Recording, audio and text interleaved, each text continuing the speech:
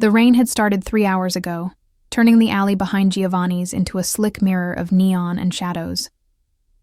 I could hear it drumming against the dumpsters, smell the wet asphalt mixing with garlic and tomato sauce seeping from the kitchen vents. My feet ached. 12 hours on them today, double shift because Maria called in sick again. I didn't complain. I needed every dollar. I pushed through the back door, the heavy metal groaning on its hinges, and stepped into the familiar chaos of the restaurant kitchen. Heat hit me first, then noise, pots clanging, Giuseppe shouting orders in Italian, the sizzle of something expensive hitting a hot pan. I tied my apron with practiced efficiency, tucking a loose strand of dark hair behind my ear. "You're late," Giuseppe barked, not looking up from his station. 2 minutes, I muttered, grabbing my order pad. He grunted. That was as close to forgiveness as I'd get. Giovanni's wasn't just any restaurant.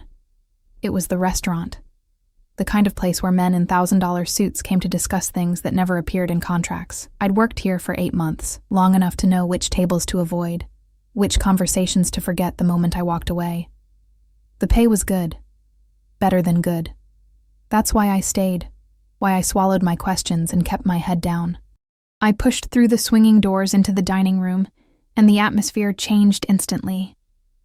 Soft lighting, murmured conversations, the clink of crystal.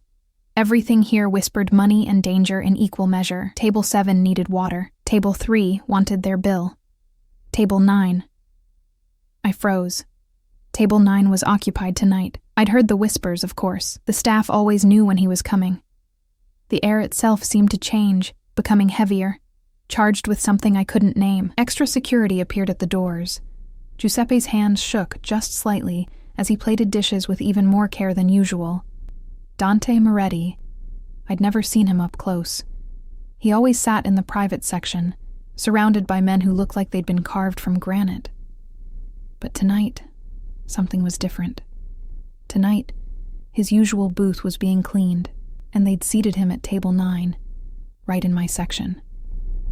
My heart kicked against my ribs. "Move, Lily," Maria hissed, suddenly beside me. When had she arrived? He doesn't like to be kept waiting. I forced my feet forward, water pitcher in hand. Don't look at his face, I told myself. Pour the water. Take the order. Walk away. But I looked. I couldn't help it. He was younger than I expected, maybe 35, though his eyes looked older.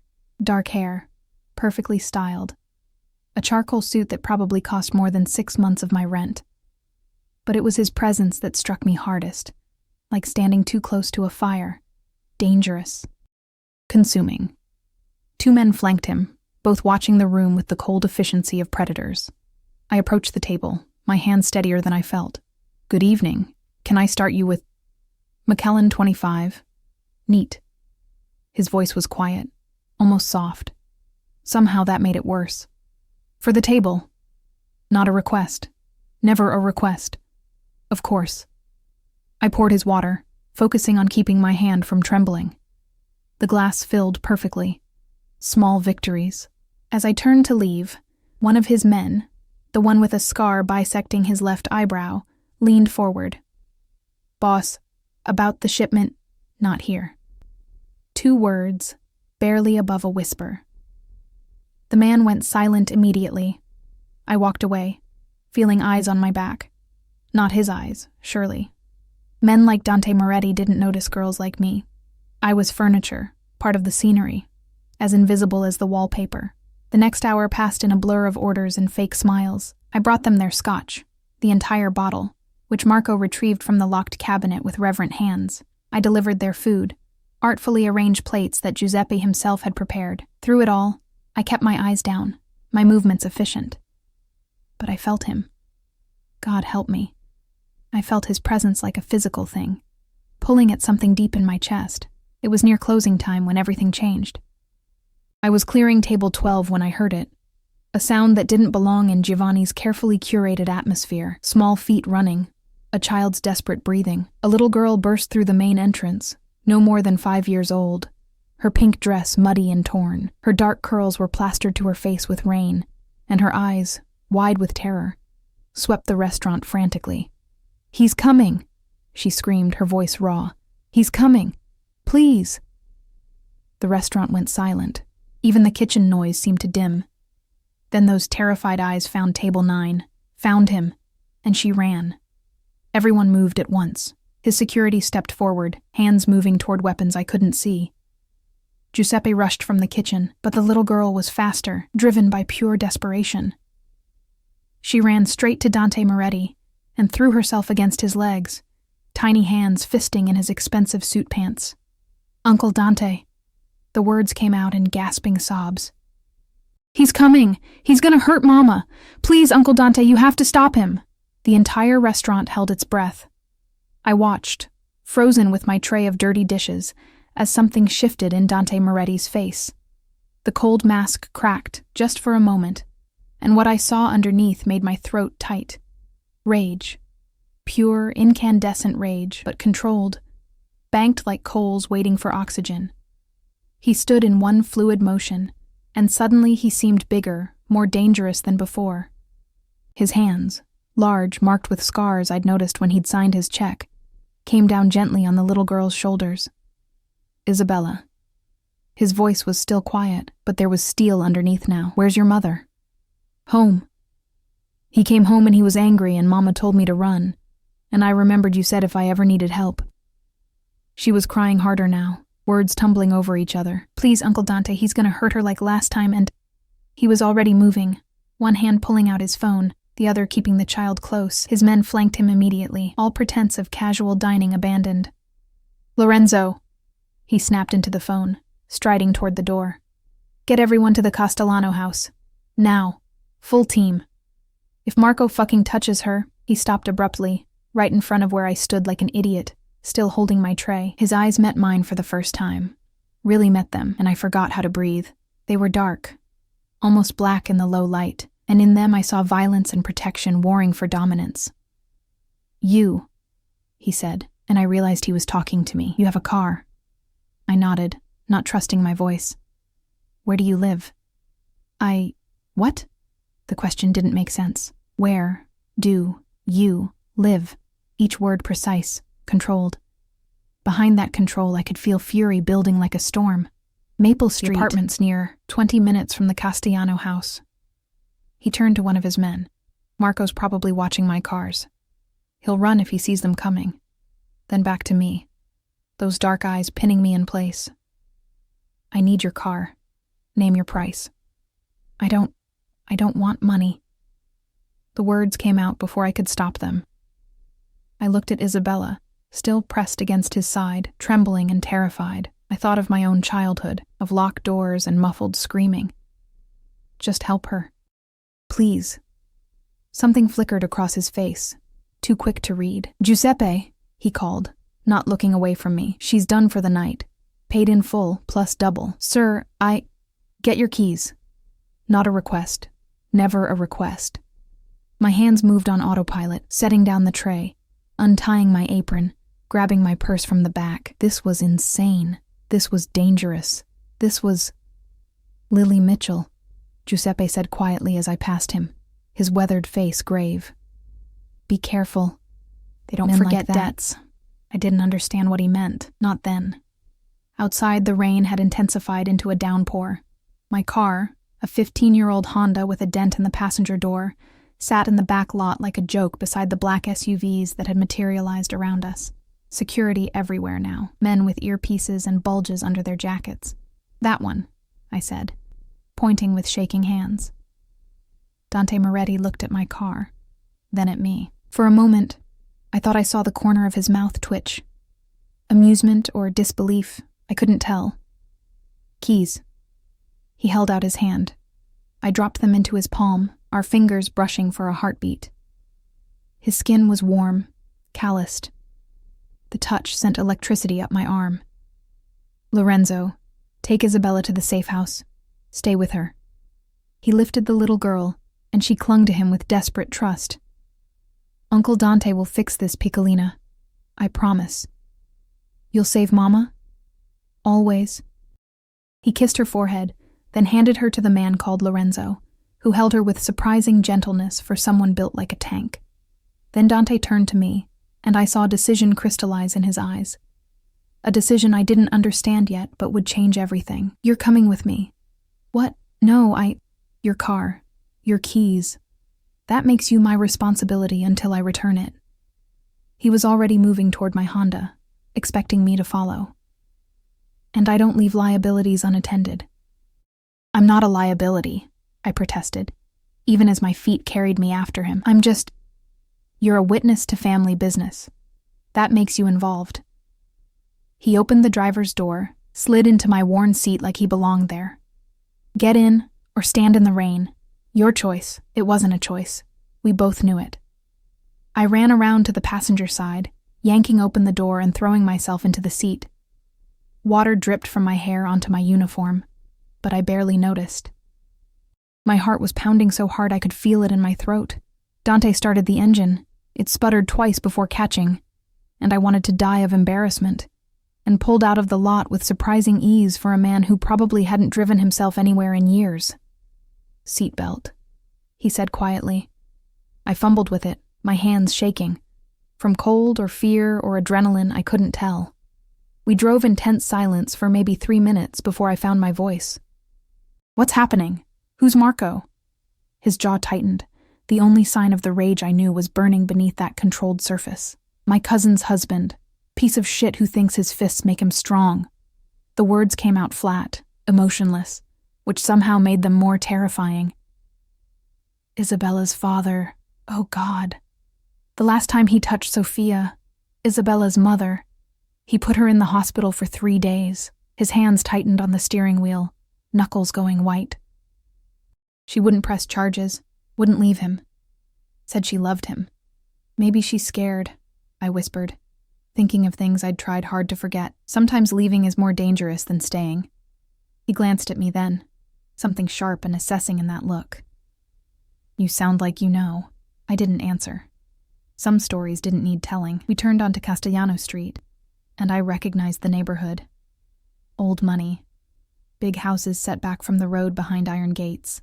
Sophia had married well, at least on paper. When we get there, Dante said, his voice dropping even lower, you stay in the car. Doors locked. If anyone approaches who isn't me or one of my men, you drive away. Understand? But this isn't negotiable, Lily. The way he said my name, like he'd plucked it from the air and claimed it, made something flutter in my chest. What's about to happen? You don't want to see it. He pulled up 3 houses down, killed the engine, and sat there for a moment in the darkness, rain hammering the roof. I could see his profile in the glow of the streetlights, sharp and beautiful and deadly. Thank you, he said quietly, for the car. For not asking questions. Will she be okay? Sophia? His hand moved to the door handle. By the time I'm done, Marco won't ever hurt anyone again. The promise in those words made my blood run cold and hot simultaneously. He opened the door, rain immediately soaking his expensive suit. Before he left, he turned back one more time. Lock the doors, Lily. Don't open them for anyone but me. Then he was gone, moving through the rain like a shadow, and I was alone in my car outside a house where violence was about to unfold. My heart racing and my hands shaking and some deep, terrified part of me whispering that I'd just made a choice I could never take back. Through the rain-streaked windshield, I watched him approach the house. Watched 3 more shadows materialize from nowhere to join him. Watched him try the door, locked, then say something that made one of his men step forward with something small and metallic. The door opened. They went inside. I locked my doors with trembling fingers and waited, counting my heartbeats, wondering what the hell I'd gotten myself into, and why some twisted part of me wanted to follow him into that house instead of driving away like any sane person would. Inside, I heard shouting. A woman's scream. Then nothing. The silence was somehow worse. The minutes crawled by like hours. I sat in my car, engine off, watching rain cascade down the windshield and turn the world into a watercolor painting of darkness and distant streetlights. My hands hadn't stopped shaking. I gripped the steering wheel like it could anchor me to reality, to the normal life I'd had an hour ago when my biggest concern was sore feet and rent money. That life felt like it belonged to someone else now. I jumped when my phone buzzed. A text from Giuseppe. You okay? I stared at the screen, thumbs hovering. Was I okay? I was sitting outside a house where a Mafia boss, because that's what Dante Moretti was, I wasn't naive enough to pretend otherwise, was doing God knows what to a man who beat his wife. I'd given him my car keys like it was the most natural thing in the world. I'd looked into those dark eyes and felt something shift inside me, some recognition I didn't understand. I'm fine. I typed back. The lie felt heavy. Movement at the house caught my attention. The front door opened, spilling warm light onto the wet porch. A woman emerged first, Sophia. It had to be. Wrapped in a blanket, supported by one of Dante's men, even from this distance, I could see the bruise darkening her cheek, the way she held her ribs. Then Dante appeared, his suit jacket gone, white shirt plastered to his body by rain. He was talking on his phone, gesturing with sharp, controlled movements. Behind him, 2 more men emerged, dragging something between them. Not something, someone. Marco was alive. I could see him struggling weakly, but barely. His face was a mess of blood, and he was making sounds I could hear even through the closed car windows. Whimpering, begging. I should have looked away, should have closed my eyes, turned my head, pretended I hadn't seen, but I couldn't. I watched as they loaded Marco into one of the black SUVs that had appeared while I wasn't paying attention. Watched Sophia get guided into another vehicle, gentle hands helping her. Watched Dante stand in the rain, phone pressed to his ear, water streaming down his face as he issued orders I couldn't hear. Then his eyes found my car, found me. Even across the distance, through the rain and darkness, I felt the weight of that gaze. He said something to the man beside him, then started walking toward me. My heart kicked into overdrive. He knocked on the window, 1 knuckle, surprisingly gentle. I hit the unlock button before my brain could engage, and he slid into the passenger seat, bringing cold and rain and the scent of expensive cologne mixed with something metallic that made my stomach turn. Blood. He smelled like blood. You should have driven away, he said quietly, not looking at me. His hands rested on his thighs, and I could see his knuckles were split, bleeding sluggishly. You told me to wait. I told you to drive if anyone approached who wasn't me or my men. He turned then, and the intensity in his eyes stole my breath. You saw what happened. It wasn't a question. I saw you take out trash, I said, surprising myself with the steadiness of my voice. That's all. Something flickered across his face. Surprise, maybe. Or assessment. He studied me like I was a puzzle he couldn't quite solve, his dark eyes tracking over my face with an intensity that made my skin prickle. Most people would be horrified. Most people didn't see that little girl's face when she ran in screaming for help. I met his gaze, refusing to back down, even though every instinct screamed at me to lower my eyes, to submit. Most people didn't grow up with locked doors and muffled screaming. The words hung between us, heavy with implications I hadn't meant to share. His eyes sharpened, understanding dawning. Your father? He asked, voice soft. Stepfather. A long time ago. I forced myself to look away, out at the rain. Is Sophia okay? She will be. I'm taking her and Isabella somewhere safe. Somewhere Marco will never find them. He paused, and I felt rather than saw him still watching me. He won't be looking for anyone after tonight.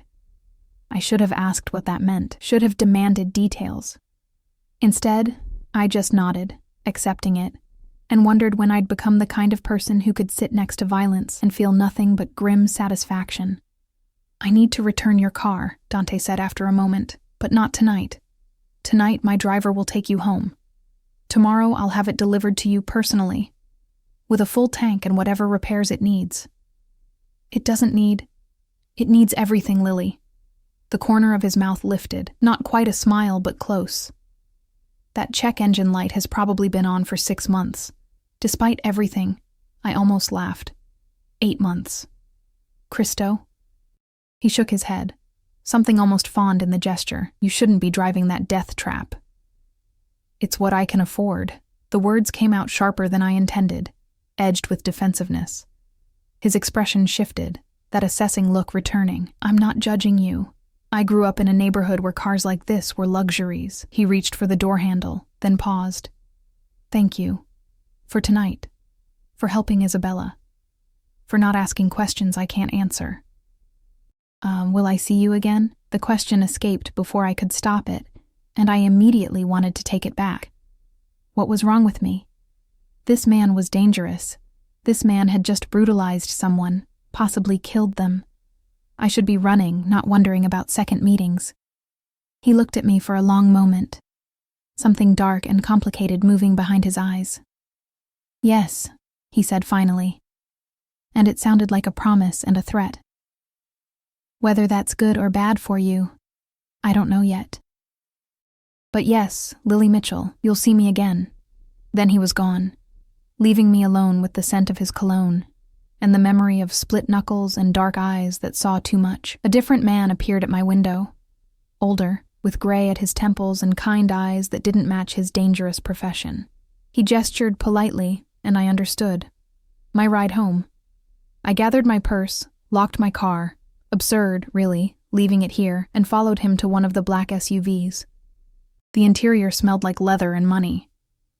He drove in silence, professional and distant, and I was grateful. I didn't have words for what had just happened. When we pulled up outside my apartment building, a 4-story walk-up in a neighborhood that was trying hard not to be called a slum, I felt the weight of the contrast. This SUV probably cost more than my entire building. Miss Mitchell, the driver said as I reached for the door, Mr. Moretti wanted me to give you this. He handed me a business card, heavy stock, embossed lettering. Just a name and a phone number, no title, no address, nothing that could be traced. If you need anything, he continued, or if anyone bothers you about tonight, you call that number. Understood? I took the card with numb fingers. Okay, he protects what's his, the driver said, and something in his tone made me look up sharply. And whether you know it yet or not, you're under his protection now. That means something in this city. I climbed out of the SUV and watched it drive away, the card burning like a brand in my palm. I didn't sleep that night. I lay in my narrow bed, staring at the water-stained ceiling, listening to my neighbor's television through walls thin as paper. The card sat on my nightstand, white against the scratched wood, impossible to ignore. You're under his protection now. What did that mean? What had I agreed to by handing over my keys, by staying in that car, by meeting his eyes and not looking away? When dawn finally came, gray and reluctant through my curtained window, I dragged myself to the shower and stood under lukewarm water until it ran cold. I had the day off, a rare gift, but I couldn't settle. I cleaned my already clean apartment, made coffee I didn't drink, checked my phone obsessively for messages that didn't come. At 2 p.m, someone knocked on my door. I checked the peephole and saw him. Dante Moretti stood in my dingy hallway like a prince visiting a peasant's cottage, looking impossibly out of place in another perfect suit, navy this time, with a white shirt open at the collar. No tie. No guards visible, though I'd bet money they were nearby. My hands shook as I unlocked the deadbolts. Hi, I said stupidly, because what else do you say to a mob boss at your door? Hi. His eyes swept past me, taking in my apartment in one quick assessment. I saw it through his perspective, the threadbare couch from Goodwill, the rickety table, the kitchen barely bigger than a closet. Can I come in? I stepped back, and he entered my world like a storm, making everything seem smaller, shabbier. He moved to the window, looking down at the street where my Honda sat at the curb, gleaming like it had just rolled off the showroom floor. You had it detailed, I said, throat tight. I had it rebuilt. New engine, new transmission, new everything you couldn't see. He turned to face me, and the intensity was back, that weight that made breathing difficult. The exterior I left mostly alone. Didn't think you'd appreciate driving something that screamed money. I can't accept that. It's too much. It's done. The title's in your name, parked legally, registered and insured for the next 2 years. He pulled an envelope from his jacket, set it on my coffee table. Keys. Registration. And payment for your help last night. I told you I didn't want $10,000. He said it like it was nothing. Pocket change. For the inconvenience and the risk, the room tilted. That's insane. That's insulting, actually. You should be getting twice that, but I figured you'd argue if I went higher. He moved closer, and I found myself backing up until my shoulders hit the wall. He stopped just short of crowding me, giving me space but filling my vision completely. You put yourself in danger last night. You witnessed things that could get you killed if you talked to the wrong people. You helped my family without hesitation. That has value, Lily. I didn't do it for money. I know. His hand came up, and I stopped breathing as he tucked a strand of hair behind my ear, the same gesture I'd done myself last night in the restaurant kitchen a lifetime ago. That's what makes you interesting. His touch was gentle, almost reverent, but I felt the leashed violence underneath. This man had destroyed another human being with these hands less than 24 hours ago. I should have been terrified. Instead, heat pooled low in my belly, my skin tingling where his fingers had brushed. You should stay away from me, I whispered. I'm nobody. I'm just a waitress with a broken car and too much debt. I don't belong in your world. No, he agreed, his voice dropping to something dark and rough. You don't. You're too good for it. Too soft. Too breakable. His thumb traced my jawline and I shivered. I should walk away. Should let you go back to your normal life and forget you ever saw me. But I barely recognized my own voice. But I can't.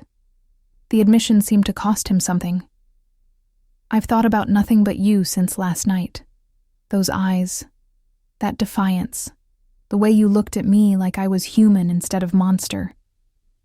His hand dropped away, and I felt the loss like a physical ache. I came here to return your car and pay my debt. I should leave now. But Christo, Lily, I don't want to. The confession hung between us, raw and dangerous. Then don't, I heard myself say, and watched his control crack just slightly. You don't know what you're asking, maybe not. But I know what I felt last night. I know I haven't stopped thinking about you either. I know this is probably the worst decision I've ever made. I stepped forward, closing the distance he'd left between us. And I'm making it anyway. His hands came up to frame my face, and for a heartbeat, we just stood there, breathing each other's air, balanced on a knife's edge. If we do this, he said quietly, everything changes. I don't do casual, Lily. I don't do temporary. What's mine stays mine, and I protect what's mine with everything I have. Is that supposed to scare me away? Yes. It should, I admitted, tilting my face up to his, but it doesn't. He kissed me then, not gentle, not tentative, but consuming. His mouth claimed mine with possessive certainty, and I melted into it, into him, letting the heat burn away every rational thought. His hand slid into my hair, angling my head for deeper access, and I gripped his jacket like I was drowning and he was air. When we finally broke apart, we were both breathing hard, foreheads pressed together. Christo, he muttered, and I felt the word vibrate through his chest. You're going to ruin me. Or you'll ruin me. Never. The vow was fierce, absolute. I'll destroy anyone who tries to hurt you. I'll burn the city down before I let anything touch you. Do you understand? You're under my protection now, permanently. Mine to guard. Mine too. His phone rang, shattering the moment. He cursed in Italian, pulling it from his pocket and checking the screen. Whatever he saw there made his expression harden. I have to take this. He pressed one more quick, hard kiss to my lips. Don't go anywhere. I'll be right back. He stepped into my tiny hallway, and I heard his voice drop to that deadly quiet tone. What? When? How many? No, lock down everything. I'm on my way. He came back, and I saw it immediately. The shift from the man who'd kissed me to the boss who'd dragged Marco from that house.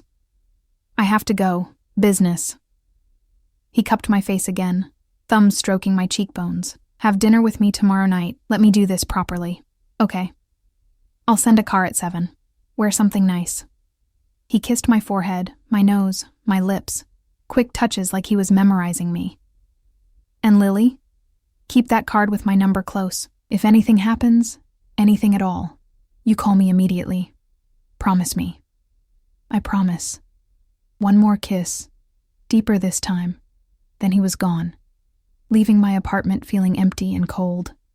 I touched my lips, still feeling the pressure of his mouth, and wondered what the hell I'd just agreed to. On the table, the envelope sat waiting.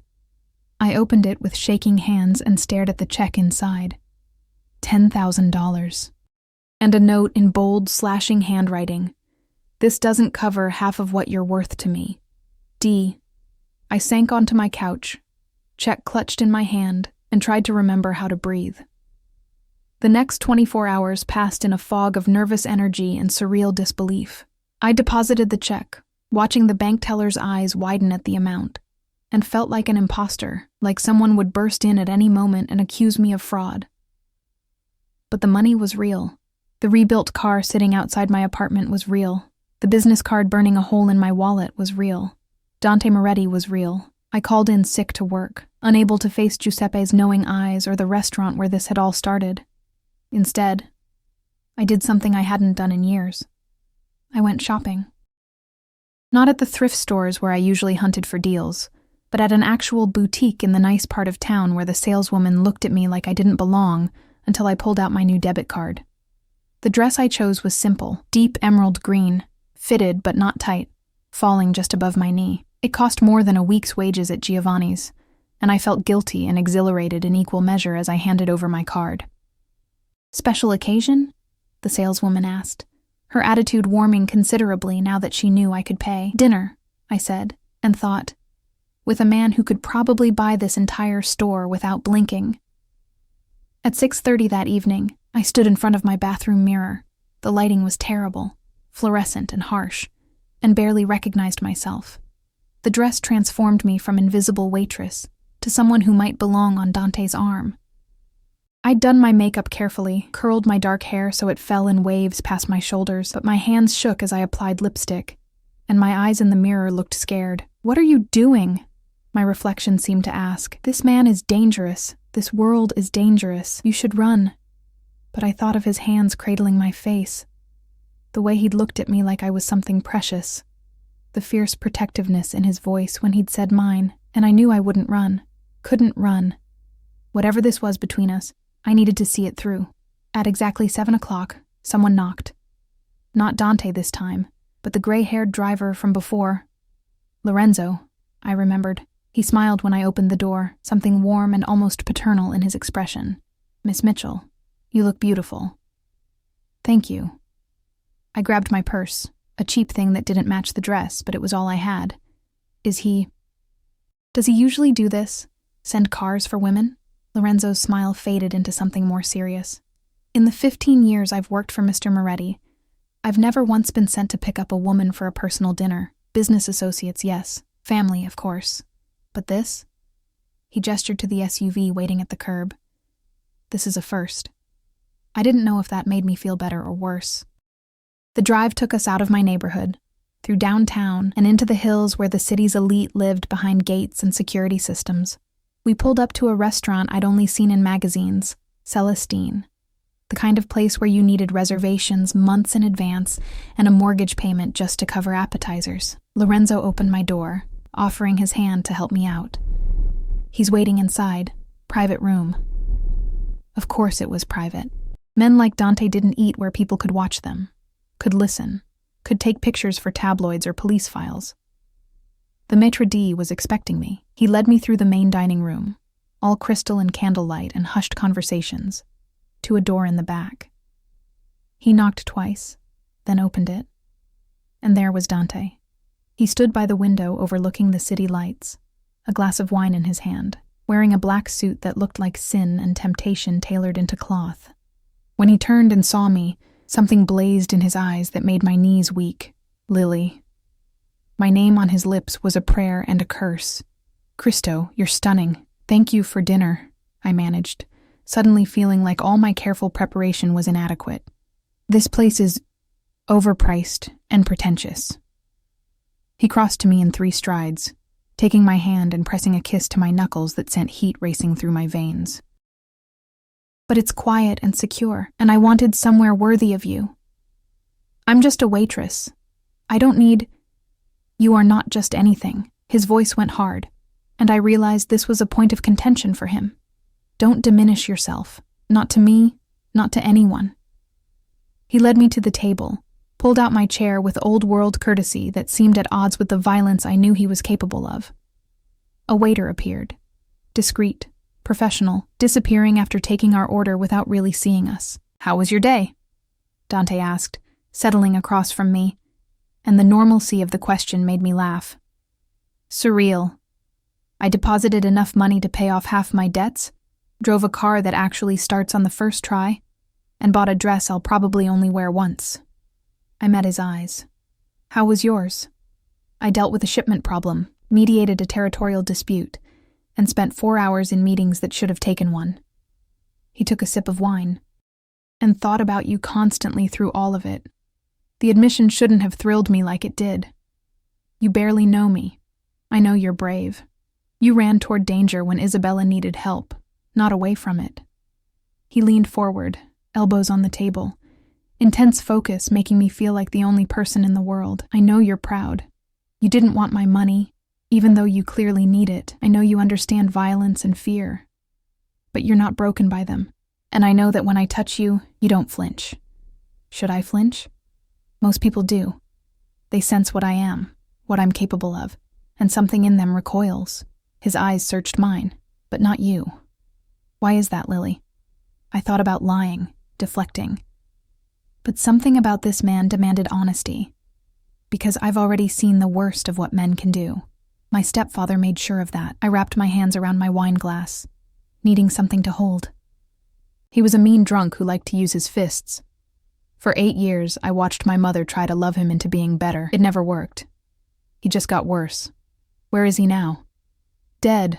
Heart attack when I was 16. I saw something savage flash across Dante's face. Satisfaction, maybe, or regret that he hadn't been there to make it slower. My mother died 2 years later, cancer. I think she just gave up. Once she didn't have him to worry about anymore. So you've been alone since you were 18. Alone is easier than being afraid in your own home. He reached across the table, capturing my hand in his. His grip was warm, solid, anchoring. "You'll never be afraid in any home of mine. I swear it on my life." The vow hung between us, weighted with meaning I was only beginning to understand. Our food arrived. Beautifully plated dishes I couldn't have named if my life depended on it. We ate and talked, and gradually the conversation shifted to easier topics. He told me about growing up in Brooklyn, about his father's restaurant, where he'd learned business wasn't always about money, but about respect and fear in equal measure.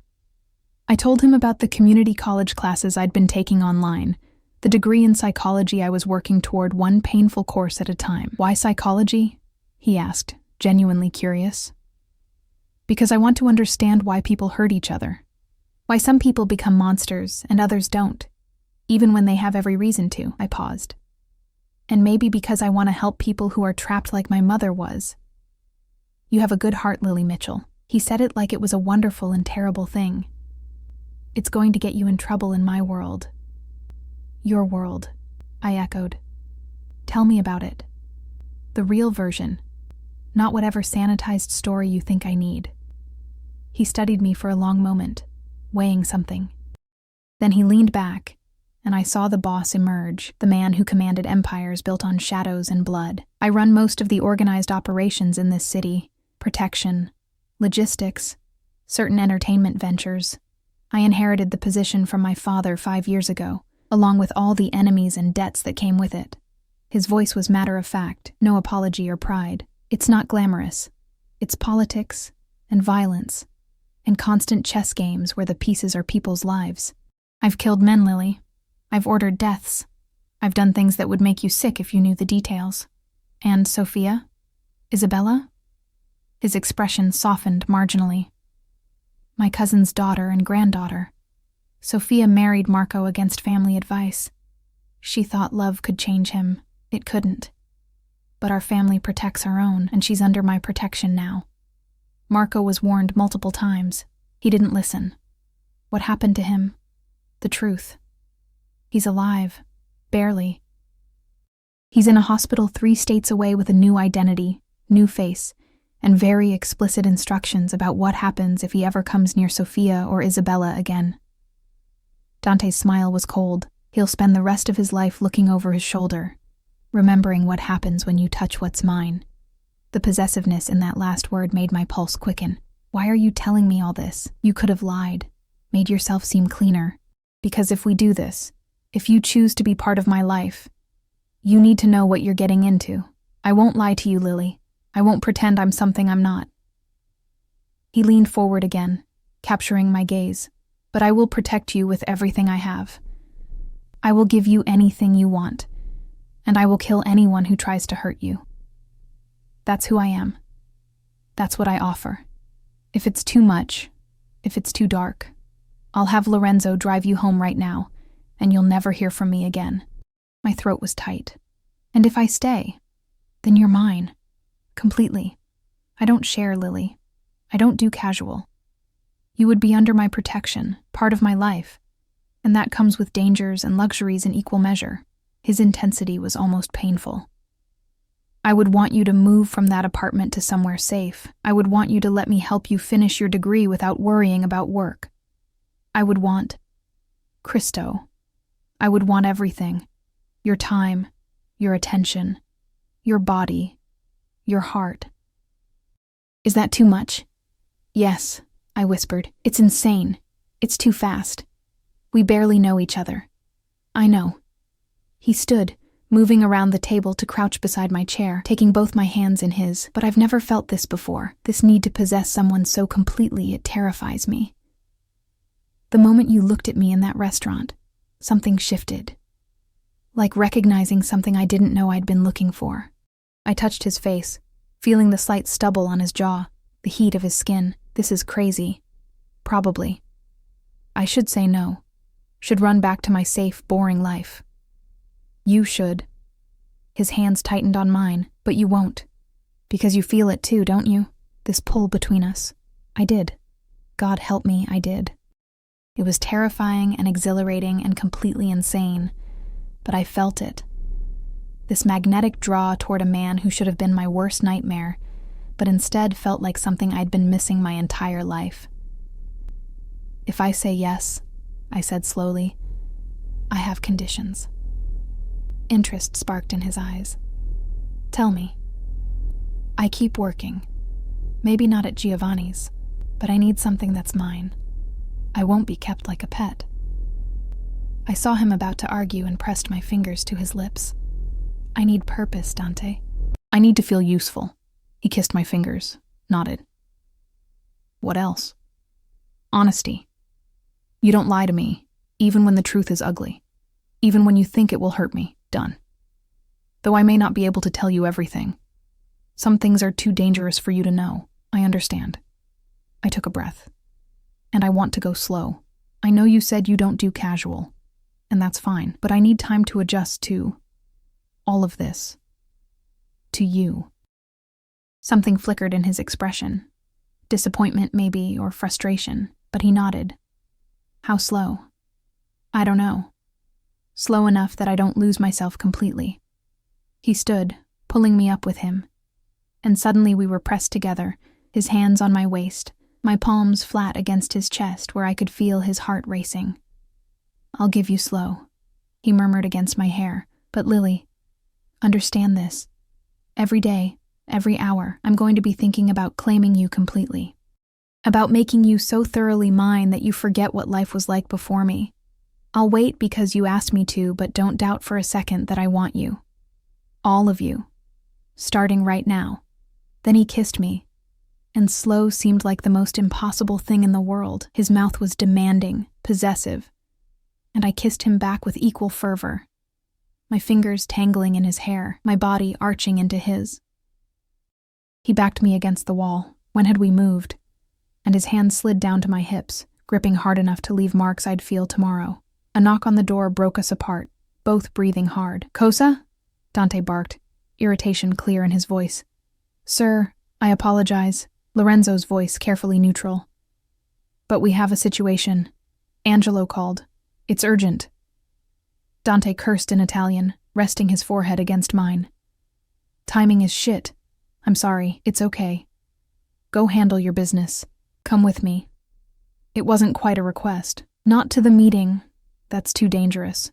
But back to my place. Wait for me there. Please. I should have said no. Should have insisted Lorenzo take me home, back to my safe apartment and my ordinary life. but I found myself nodding, and Dante's relieved smile made my chest tight. Good. He kissed me once more, quick and hard. This isn't finished, Lily. Not by a long shot. We left through a back entrance. Of course, there was a back entrance. And climbed into the waiting SUV. Lorenzo drove in tense silence while Dante made call after call, his voice sharp with authority. I caught enough to understand something had gone wrong. Someone had overstepped, and consequences were coming. We pulled up to a building in the financial district, all glass and steel and money. The penthouse, naturally. Lorenzo rode the elevator up with us, and Dante gave him instructions in rapid Italian that I couldn't follow. The apartment was stunning, floor-to-ceiling windows overlooking the city, modern furniture that looked uncomfortable, but probably cost more than my car, art on the walls that might have been originals. But it felt cold, unlived in. More showpiece than home. Make yourself comfortable, Dante said, already moving toward what I assumed was his office. There's food in the kitchen, wine in the bar. I shouldn't be more than an hour, Dante. I caught his hand as he passed. Be careful.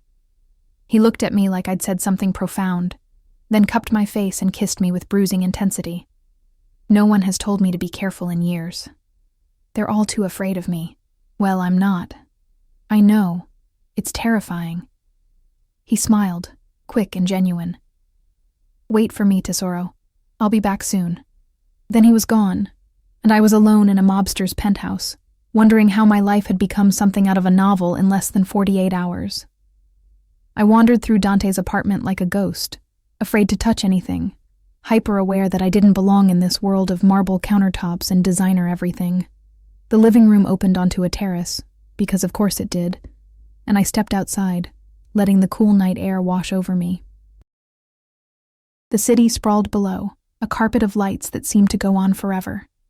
Somewhere down there was my neighborhood, my tiny apartment, the life I'd built from nothing.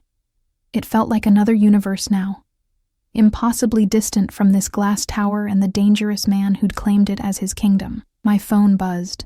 A text from Giuseppe. You didn't come to work. Everything okay? I stared at the screen, trying to formulate an answer that wasn't a complete lie. Finally, I typed, I'm fine. Just needed a personal day. See you tomorrow. Except I probably wouldn't see him tomorrow. Or the day after. Something fundamental had shifted, and I couldn't go back to pretending I was just a waitress serving pasta to men in expensive suits. You look lost. I spun around to find a woman standing in the doorway, late 20s, dark hair pulled into a severe bun, wearing all black like she was dressed for a funeral or a heist. She held herself like a weapon, all controlled grace and coiled danger. I'm waiting for Dante, I stammered, instinctively taking a step back. I know who you are. Lily Mitchell, 24, works at Giovanni's, drives a rebuilt Honda, lives alone. She rattled off the facts like reading a grocery list. Born in Pennsylvania, moved here after your mother died, no criminal record, no family, no significant relationships. Her eyes, cold, assessing, swept over me. You're his new project. The word stung. I'm not a project. No? She moved onto the terrace, and I noticed she carried herself like someone trained to kill. Then what are you? His girlfriend? His lover? You think you're the first woman he's brought into this world? Jealousy flared hot and ugly in my chest. Who are you? Gabriella. I run security for the Moretti family. She leaned against the railing, and moonlight caught the gun holstered at her hip. And before you ask, no. I've never slept with him. Dante doesn't mix business and pleasure. At least he didn't until you. Why are you telling me this? Because someone needs to give you the reality check he won't. Gabriella's expression wasn't cruel exactly, but it wasn't kind either. You seem like a nice girl, Lily. Probably too nice for this life. So let me be clear. Being with Dante means you're a target. Every enemy he's ever made will see you as leverage. Every rival family will consider kidnapping you. Every cop looking to flip someone will try to use you. My hands tightened on the railing. He said he'd protect me, and he will. Dante protects what's his with psychotic devotion. She paused. But that protection comes with a price. You'll live in a gilded cage, always watched, never truly free. Every friend you make will be vetted. Every place you go will require security. Your entire life will revolve around keeping you safe from the consequences of loving him. You're trying to scare me away. I'm trying to prepare you." Gabriella's voice softened fractionally. "I've seen what happens to civilians who get pulled into this world unprepared. Some adapt, most break. The ones who break, it's not pretty. Why do you care? Because Dante's been different since he met you. Distracted. That kind of distraction gets people killed in our business." She turned to face me fully, and because despite everything, I like him. He's a good boss, treats his people fairly, has a code he actually lives by. If you're going to be part of his life, I need to know you won't be a liability. Before I could respond, I heard the elevator. Gabriella straightened immediately, her whole demeanor shifting from conversational to professional. Dante emerged onto the terrace, and I saw tension in the set of his shoulders, the tightness around his eyes. The meeting hadn't gone well. "Gabriella," he said, voice clipped. "Report? Perimeter secure. No unusual activity. Miss Mitchell and I were just getting acquainted." She glanced at me, something almost like approval in her eyes. She didn't run screaming, so that's promising. "Get out." The words were soft but absolute. Gabriella nodded and disappeared without another word, leaving us alone under the stars. Dante came to me immediately, pulling me into his arms with a desperation that surprised me. He buried his face in my hair, breathing deep, and I felt the tension slowly drain from his body. "Rough meeting?" I asked, my hands sliding up his back. "Angelo fucked up a shipment. Cost us $500,000 and pissed off our suppliers." He pulled back enough to look at me, and I saw exhaustion in those dark eyes. I had to make an example, had to show strength even though all I wanted was to be here with you. "What kind of example?" He hesitated, clearly debating how much to tell me. "Angelo's been with the family for 10 years. Good soldier, loyal, but he got careless, let a rival family intercept our delivery." His jaw tightened. I broke 3 of his fingers. Could have been worse. Should have been worse. But I showed mercy because of his history. I should have been horrified, should have pulled away, run for the elevator, called the police. Instead, I found myself asking, will he be okay?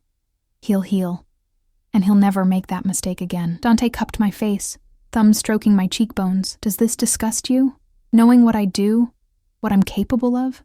"It should," I admitted. "But I can't judge you for violence when violence is all I knew growing up. At least yours has rules, has purpose. My stepfather just hurt people because he could." Something shifted in his expression. Understanding, maybe, or recognition. "We're both damaged, aren't we? Maybe that's why this works. We understand each other's scars." He kissed me then, soft and searching, like he was trying to memorize the taste of me. When he pulled back, some of the exhaustion had faded from his eyes. "Stay tonight," he murmured. "Not for sex.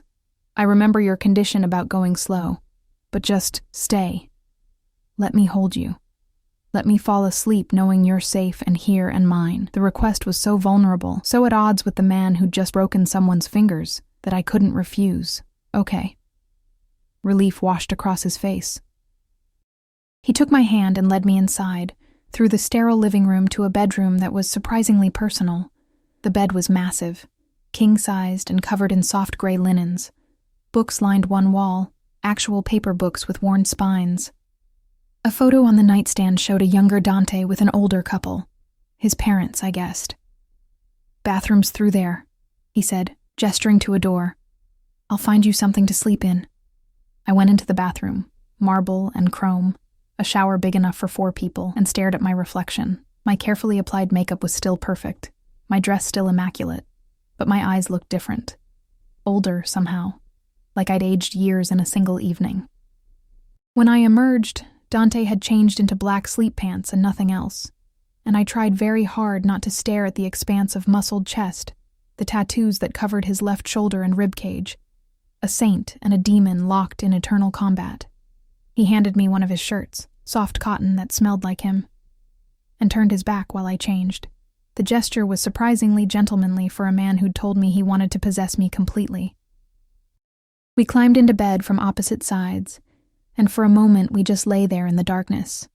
the city lights filtering through the curtains, casting everything in shades of blue and gray.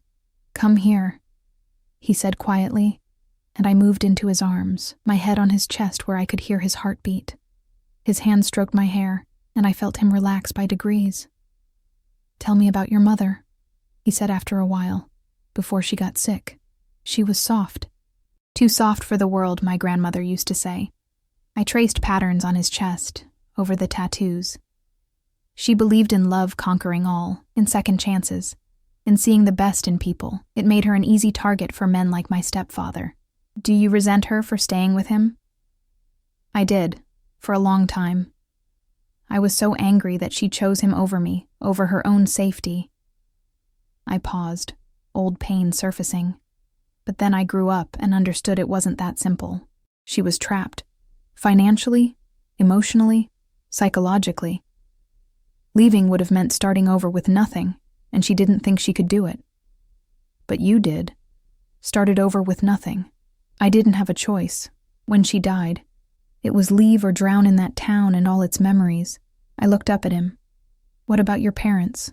The photo on your nightstand," his hand stilled in my hair. "My father was old school. Built his empire through respect and fear. Taught me everything I know about this business. He died of a stroke 5 years ago. Quick, mercifully." His voice roughened. "My mother followed 6 months later. Broken heart," the doctor said. "But I think she just didn't want to live without him." They loved each other. Obsessively. They met when they were 16, married at 18, spent 40 years together. He was quiet for a moment. "My father told me once that when you find the person who makes the world make sense, you hold on with everything you have. You protect them, provide for them, worship them. Nothing else matters." Is that what you want? That kind of obsessive love? I never did before. It seemed like a weakness, something that could be exploited. His arms tightened around me. "But then you walked into my life, and suddenly I understand what he meant. This need to keep you close, to know you're safe, to make you mine in every way possible. It's consuming. Probably unhealthy. Definitely dangerous. But Christo, Lily, I can't fight it." I should have been scared by the intensity in his words. Instead, I felt safe, wanted, cherished in a way I'd never experienced. "What happens now?" I whispered. "Tomorrow, next week, next month. What does this life look like? Tomorrow you move out of that apartment. I'll have my people pack your things, find you somewhere safer." He must have felt me tense because he added quickly, "Your own place, if that's what you want. But somewhere with security, somewhere I don't have to worry about every shadow. That's not going slow. That's keeping you alive." His voice went hard. "By now, word has spread that you're under my protection. That makes you valuable, which makes you a target. I won't negotiate on your safety, Lily. Not ever." I wanted to argue, to insist on my independence, but Gabriella's words echoed in my mind. "Every enemy he's ever made will see you as leverage." "Okay," I said finally. "But I pick the place, and I'm keeping my job." "Not at Giovanni's. It's too exposed, too public." Before I could protest, he continued, "But I own several legitimate businesses, art galleries, a bookstore, a coffee shop. You could work at any of them. No questions asked. That's not earning it. That's charity. It's protecting my investment." His tone was matter of fact. "You want to finish your degree? Fine. You want to work? Fine. But you do it somewhere I can keep you safe. That's the compromise, Tesoro. Take it or leave it." I recognized the finality in his voice. This was non-negotiable. "The bookstore," I said after consideration. "I like books." I felt him smile against my hair. "Done. I'll have the manager expect you Monday." We lay in comfortable silence, his heartbeat steady under my ear, his hand tracing lazy patterns on my back.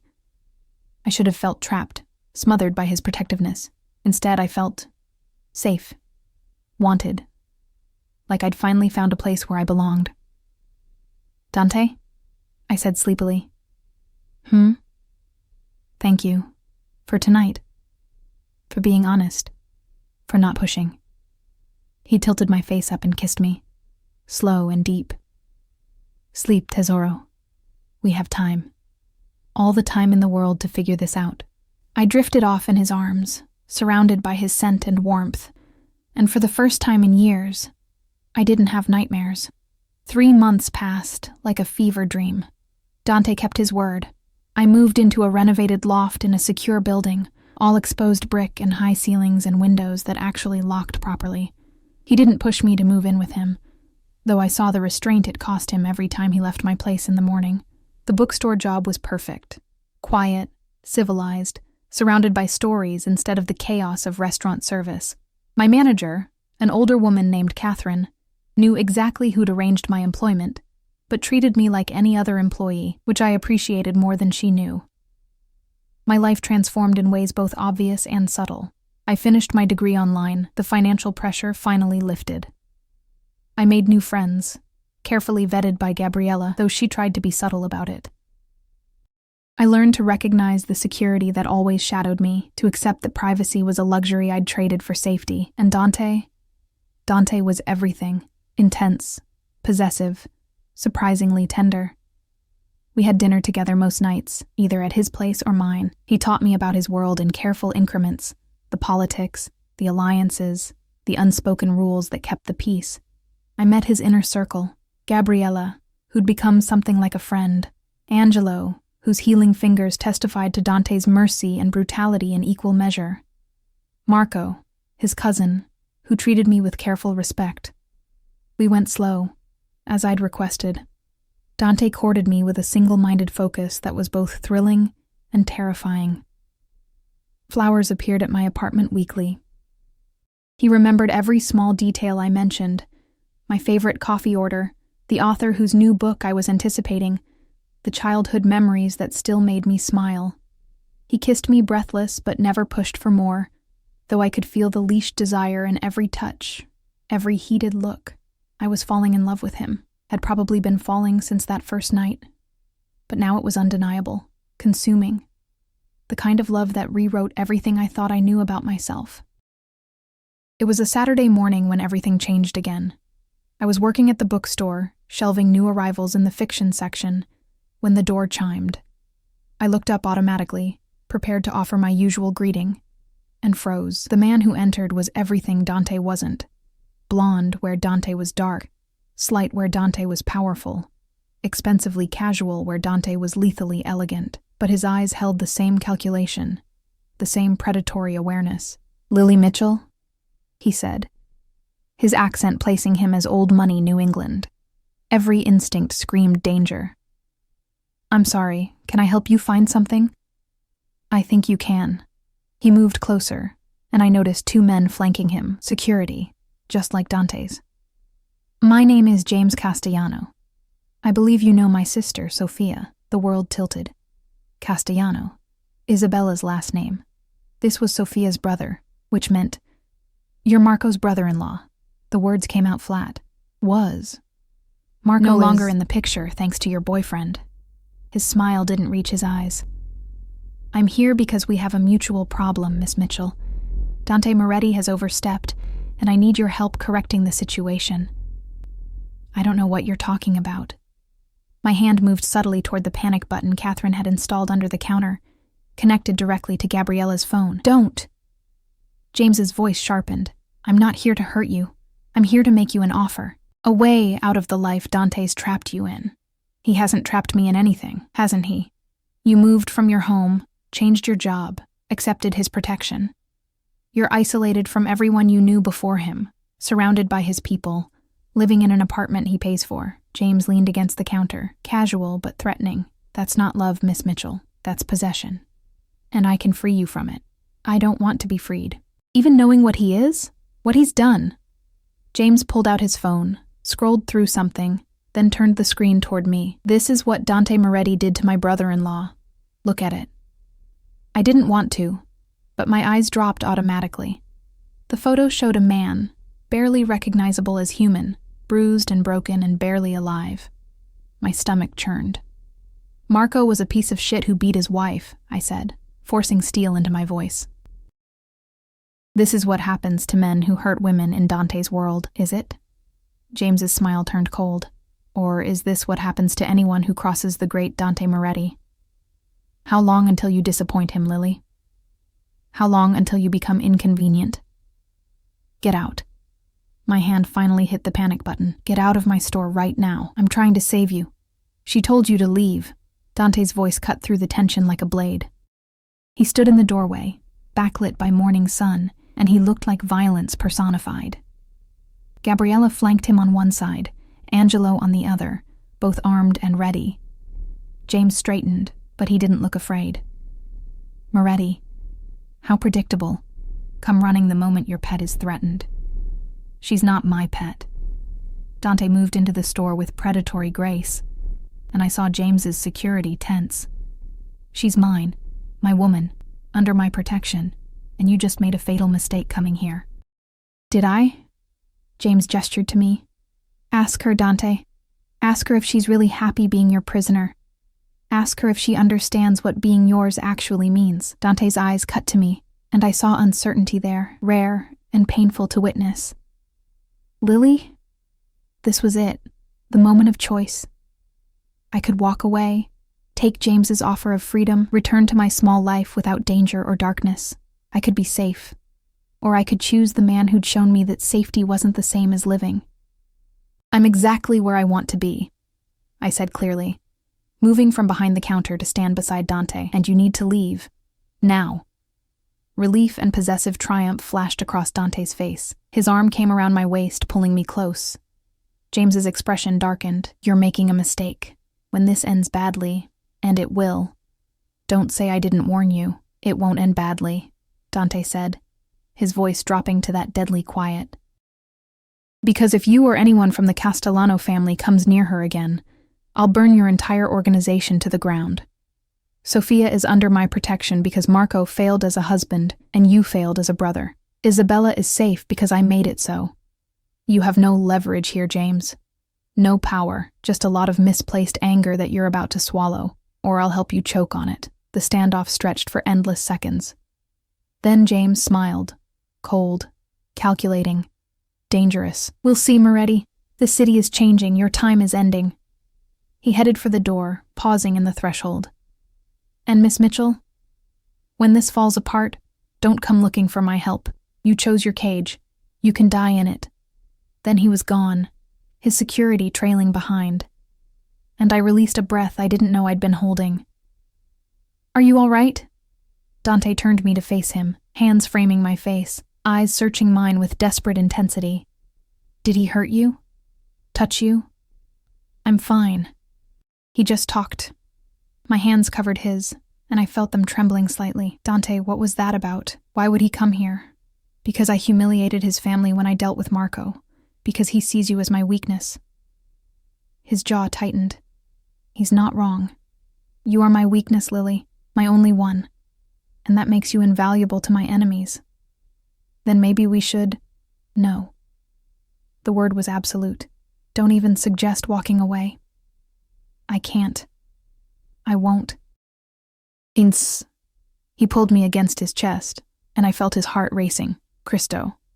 When Gabriella called and said James was here, I thought I'd lose you. You won't lose me. I looked up at him, seeing past the dangerous boss to the man underneath. I chose you, Dante. In front of him. In front of everyone. I chose this life. Chose you. And I'm not running. Something broke in his expression, relief, and love, and desperate need all tangled together. He kissed me there in the bookstore, in front of Gabriella and Angelo and anyone who might be watching. Kissed me like I was oxygen and he'd been drowning. Marry me, he said against my lips, and my heart stopped. What? Marry me. He pulled back enough to look at me, and I saw he was completely serious. I know it's fast. I know we said slow, but Cristo, Lily, I love you. I'm completely, obsessively, irrevocably in love with you. And I want the world to know you're mine. I want my name and my ring and my protection branded on you so thoroughly that men like James never question it again. Dante, that's insane? Too much?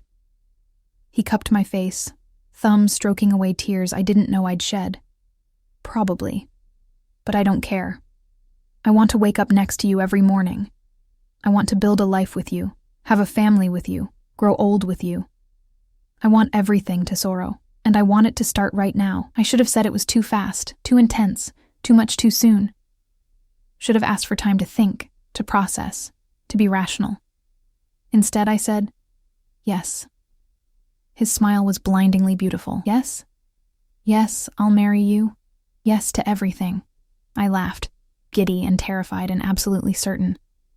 I love you too. God help me. I love you so much it scares me. He kissed me again, deeper this time, claiming and celebrating in equal measure. Behind us, I heard Gabriella mutter something in Italian that made Angelo laugh. Boss, Gabriella said after a moment, her tone pointed. We should move this celebration somewhere more secure. Dante pulled back reluctantly. She's right. Come on, we're going to my place. Catherine, he called to my manager, who'd been watching from the back room with wide eyes. Lily's done for the day, and possibly the week. Dante, I can't you just agreed to marry a mob boss, Tesoro. Your life is about to change significantly. His grin was wicked. Might as well start now. The wedding happened 2 weeks later. Small, intimate, just family and close associates in the garden of Dante's estate. A property I hadn't even known he owned until he took me there to plan the ceremony. Sophia and Isabella came, both glowing and healthy and safe.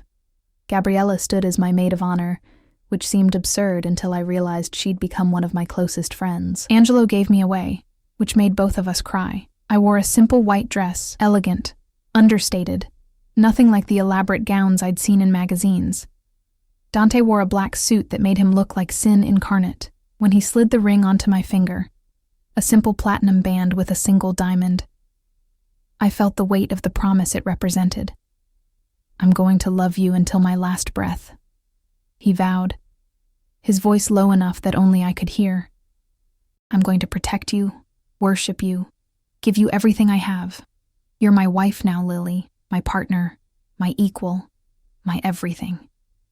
And you're mine, I said, meaning it with every cell of my body, my husband, my protector, my home. We kissed to applause and whistles, and I felt complete in a way I'd never experienced. This dangerous, complicated, intense man was mine, and I was his, completely.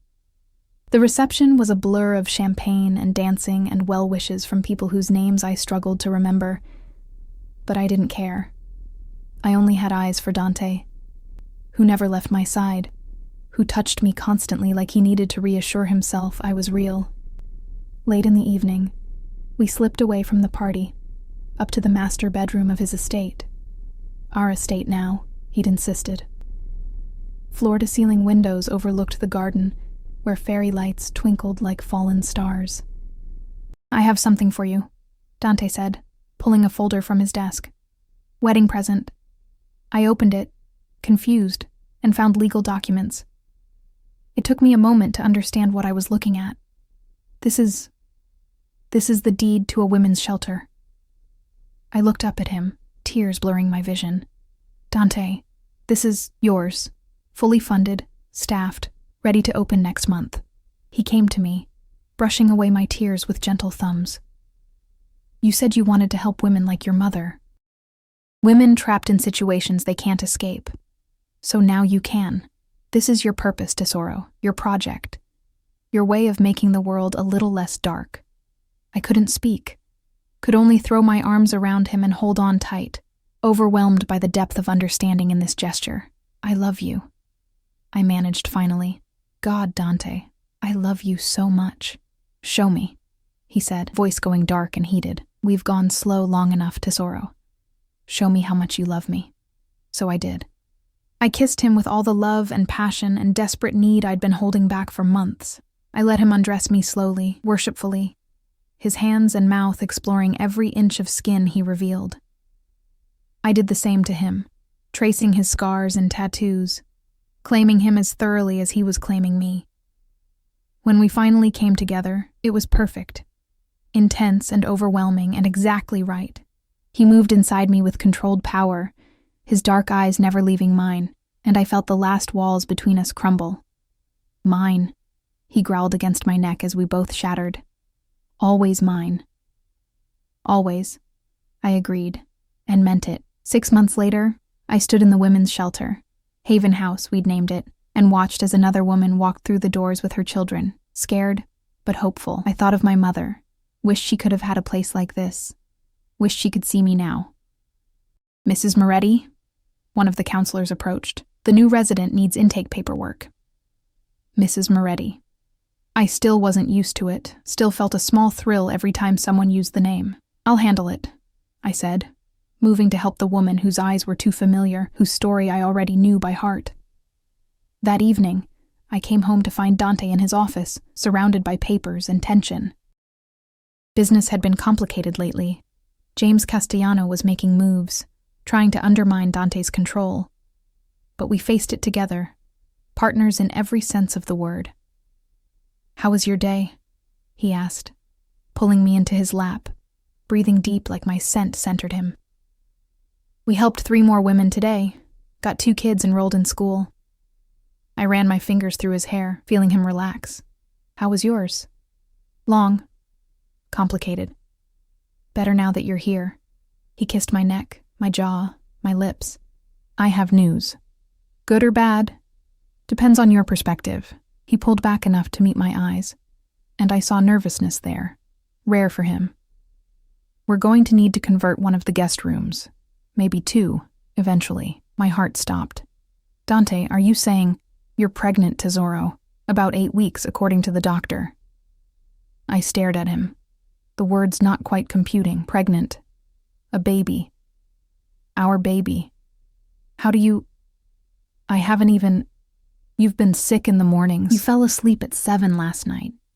You cried during a commercial about puppies." His smile was tender. "I had Gabriella put a pregnancy test in your bathroom 2 days ago. You haven't noticed it yet, but I've been waiting to tell you what we both already know. I should have been angry he'd figured it out before me, that he'd arranged things without asking. Instead, I felt joy bubble up inside me, bright and overwhelming. We're having a baby. We're having a baby." He cupped my face, and I saw everything I felt reflected in his eyes. "Are you happy?" "I'm terrified," I admitted, "and excited, and so happy." I kissed him deeply. "I love you, Dante Moretti. I love you more than life, Lily Moretti." He stood, lifting me with him, carrying me toward our bedroom. "Let me show you exactly how much." And he did, thoroughly and repeatedly, until I fell asleep in his arms, surrounded by safety and love and the promise of the future we were building together. Outside our window, the city sprawled beneath us, full of danger and darkness and possibility. But inside, we had everything we needed, each other, our love, our growing family. The life we'd chosen together. It wasn't the safe, boring existence I'd imagined for myself. It was better. It was real. It was ours. And I wouldn't change a single thing.